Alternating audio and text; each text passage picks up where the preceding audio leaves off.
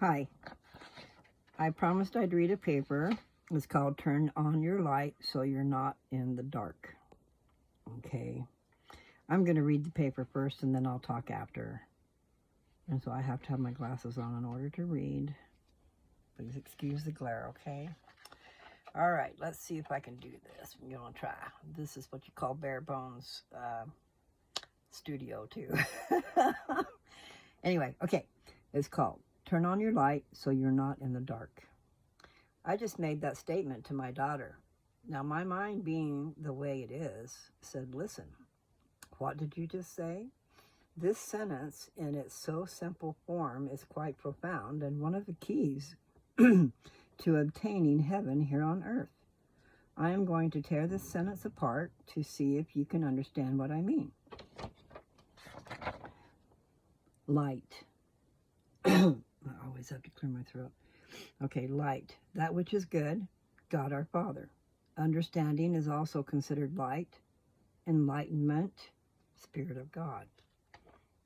Dark, that which is evil, who loves contention, Satan, Lucifer, our intelligent sly brother, also a master in the art of deceit. You have heard the expression, I am in the dark, meaning I do not understand. I'm in the dark a lot. Anyway, okay, turn on. You flip a switch and the light comes on to give sensation, to arouse. For the moment, mind and body totally together in the experience of joy. Could be exhausting, but so satisfying. Stimulation. Exercise your mind with books and thought. Okay, now we're going to go to darkness. In the dark, we have a hard time seeing. In the black dark, you are blind. If you move around in the darkness, you are bound to run into things, hurt yourself, unless you are very cautious. Even when cautious, you are bound to hurt yourself. You can confine yourself to what you get used to, but things would be routine. You might be relaxed with what you have, but I would venture to say you would feel like a prisoner in your life. Light. In the light, we can see. We only have ourselves and our weaknesses to hold us back from exploring all that is around us. Never-ending growth can be. It be a shame, but the majority will still be a prisoner of routine.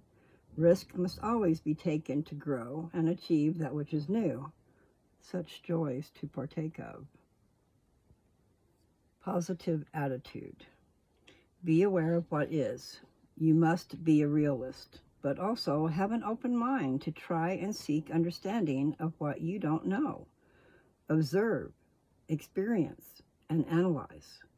Keep that which is good, discard that which is negative. Satan is in the height of his glory where contention resides.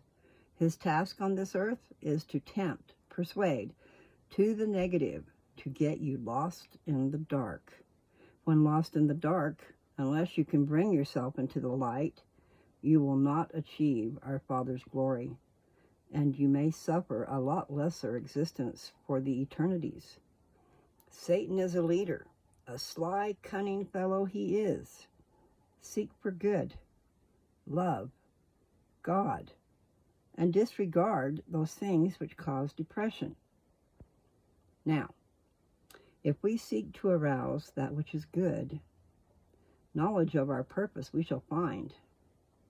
If we turn on the light, we will not be in the dark. Happiness shall prevail. A little piece of heaven here on earth. And the word peace is spelt P-E-A-C-E, as in peace, baby. Okay? Peace out. All those things. I said Jesus Christ is the biggest hippie of us all, man. He's spreading love all over the place. And that's what we all need to be doing, okay? We need to spread the love. Not sexually, okay? Let's don't get crazy. I remember all those things, and I've been around. But really, I think the highest you can be is knowing who you are and reaching out for eternal glory. Oh my God, things are wonderful out there. We just don't know it. It's around the corner, guys. I think, things are going to be happening soon. And I don't know. I think maybe I should probably stop there. I hope you enjoy my stuff. I wrote this paper. My daughter was in kindergarten. So she was about 5. So that means that was about 41 years ago. And I like I said, I write a lot. Or I used to write a lot. I don't now. I'm going to start. I know a lot more now than I did then. But anyway, I'm sweating to death, so I think I'll just stop so I can turn the air conditioner back on. I had to turn off the noise, realizing that there's all kinds of things around here that's making noise, and you can't hardly hear me. So, and yes, I am full of myself. But you know what? God wants us to love ourselves. And as a child growing up, I think we're just so full of insecurities and stuff. I don't know. I never really loved myself, I don't think, in the way that you should. I don't know. We take it for granted. It's just we really need to take care of ourselves. And then we need to love all those around us, especially our children, our husband, people we work with, everybody. There's a problem. There's a problem out there that exists, even in the best of families. And that is, you go out into the world and you try to be nice to everybody else, and you come home and you be an ass to your family. I've been experiencing some of that, and I understand reasonings and stuff, but if you want to shove somebody away, that's what you do. Why don't you yell at them a little bit? Why don't you not appreciate them? I mean, they give you their all and you don't appreciate it. You just want more. And you demand. People are stupid. You know what? You get a lot further with honey. You get a lot further with sugar. A spoonful of sugar helps the medicine go down. Anyway, try to choose the right and try to stay in the light. And spread the love. Jesus Christ loves us all. And that's who I'm following. I don't know about you. And that doesn't mean I'm this perfect, okay? And there's a lot of things in my life. There's reasons I've written the papers I have. Where do you think they come from? My lessons. And yes, I've been down many roads, and some of them weren't pretty. And thank God I have this church, and that I was born into it, and that my parents were converts and very strong. They didn't know what they were doing either, but they knew it was right. And they lived their whole life in that organization, which is a wonderful thing, because it's there for you. It's there to help lift you up and make you grow, and for us to help each other out. Anyway, I think I'll stop right there, because I have more I want to share. It might be in a different venue. I did say, I made a video and I said a little bit about myself, but I have to go back and say some more about myself, because really all I covered was that first 17 years, I got married after my junior year. I went to high school. I went to my senior year married. But that was the deal I made with my parents, that I would go and finish high school before I had children. And that was the hardest thing, but it was probably a blessing. Because who knows? I don't know. Because, yes, I wanted to have children and I wanted to have a family, but I sure as hell didn't want to raise one by myself. What would I have done if I'd had 5 or 6 and had to raise it by myself? Them by myself. Anyway, I know there's a lot of you out there that have done that, and more power to you. And at least, hopefully, you've got a wonderful family after all the trouble. I envy people who have families. But then again, families can be a pain in the butt. So, it's all in how you look at it. But all relationships need help. And families probably have the hardest because I don't know. All I know is it's time to stop this video. Thank you.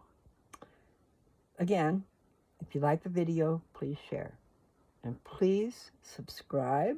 And if you hit that bell, that notification thing, then every time I put a video up, it'll let you know. You never know what surprises are in front of us. I mean, like I said, one part of me wants to share all kinds of things about God and Jesus and life and afterlife and eternal life and all kinds of wonderful things that's coming. But then also there is the fact that we live in this world right now, and there is atrocities going on. My thing that I've been so upset about for years and years and years is marijuana. Oh my God. How stupid. How fucking stupid. Again, I said that word. I got to quit that. It just makes me mad, though, you know? How many people's lives have been ruined over this bullshit? And it's still going on. Even though they're legalizing it with all these regulations. So you can still get in trouble. And they're charging a bloody fortune for all these licenses. And not just licenses. I mean, they're leaving the door open for you to get in trouble. Don't think they're not. And 25% sales tax? What a deal is that? You know, they should be happy they have a new product that's bringing in all kinds of money that they could just get their regular freaking sales tax off of. But oh no, it's a luxury tax. Let's just charge those people 25% more. You know how hard it is to come up with the money to buy marijuana in the first place, even if it's legal? And then you got to drive for 1 million miles probably to go get it. I mean, things were better in the old days. Black market is better. You know, you find somebody who's got some really great stuff, and you stick with them, and you treat them right, and they treat you right, and you got your stuff. But I do remember, I remember, and I will share all those things. But some of you guys might not want to hear those things. So I don't know. I don't want to start a second channel. I thought about starting a second channel just for things to do with marijuana, because there's so much controversy over it. But myself, I just wish you people would listen. You know, God gave it to us. Every green herb on this earth is for our use. And we should have the faculties to be able to use it. You know, instead of some idiot over here telling us we can't. And, oh, we're going to put you in jail. And we're going to make you live in jail forever. And you're going to work for us while you're there. Because you fucking had a little bit of weed on you. That's how it used to be. How many of those people are still in prison? Everybody should be out. You know who needs to be in prison? Rapists. Murderers. Pedophiles. Robbers. You know, people who hurt people. Smoking the peace drug? Oh my God, is that really bad? You know, I'm almost 70 and my dad still has this connotation that marijuana is horrible. He don't want me smoking marijuana at his house, even though it's legal. And it's my medicine, by God. And who the hell is he? Just because he's my dad?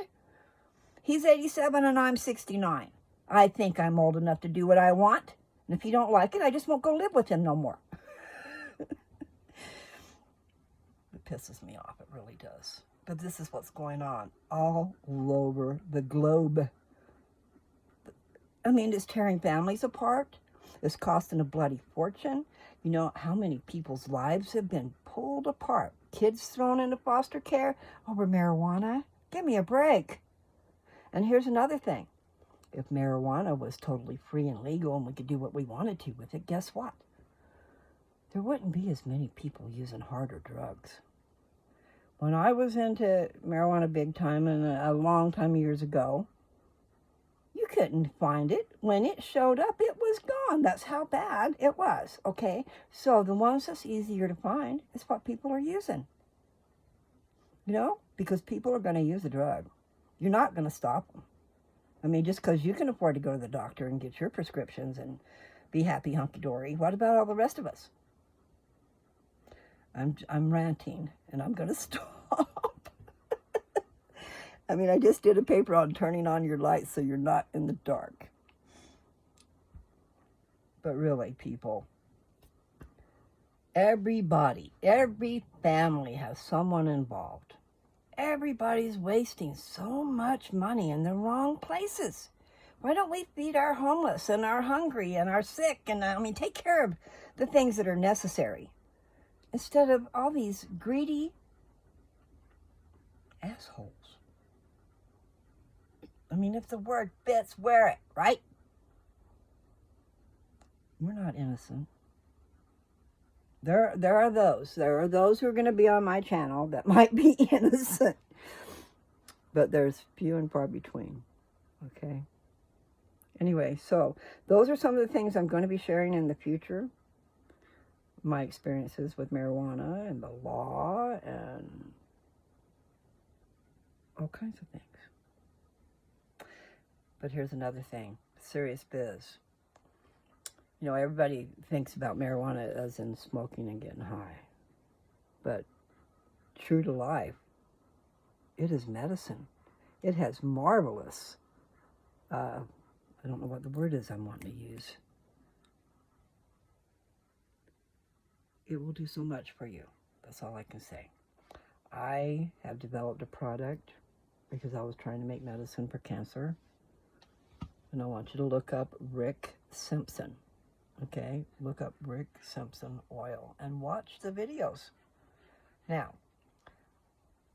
he makes Rick Simpson oil and is very, very famous. He's famous. He's all over the internet for that. Well, you take that Rick Simpson oil and you can turn it into other things. See, when he was first starting, it was years ago and stuff, I think he was a doctor. Anyway, he developed the stuff, and then he extracted the medicine out of the plant. He extracted it, okay? And then people that had, I think it's melanoma, the skin cancers and stuff, and he was up in Canada. Anyway, he was just putting it on their stuff, trying it all out. And guess what? It healed it, okay? Now, that's on the outside. And I've been through a lot of processes, but I have developed a bioavailable extraction. In other words, you can rub it on your skin and it'll go in. I put it where my veins are. It goes into my veins. You don't get high this way, topically. But I've also experimented with it elsewhere, and you do. It was a shocker, but I did get high. I was totally flabbergasted. But, like I said, I'll do that on another video.